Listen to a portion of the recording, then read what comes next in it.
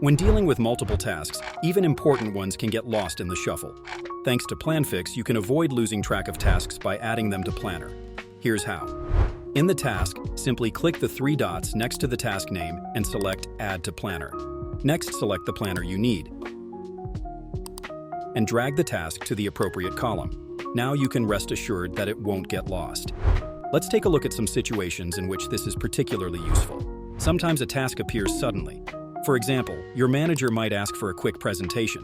In this case, don't delay. Instead, add it to the correct planner column immediately so you can ensure it is prioritized.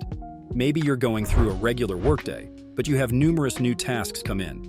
Instead of taking on everything at once, pick today's top task and add it to Planner. If you've scheduled an important customer call and don't want to forget prep work, simply add the task to the Planner calendar.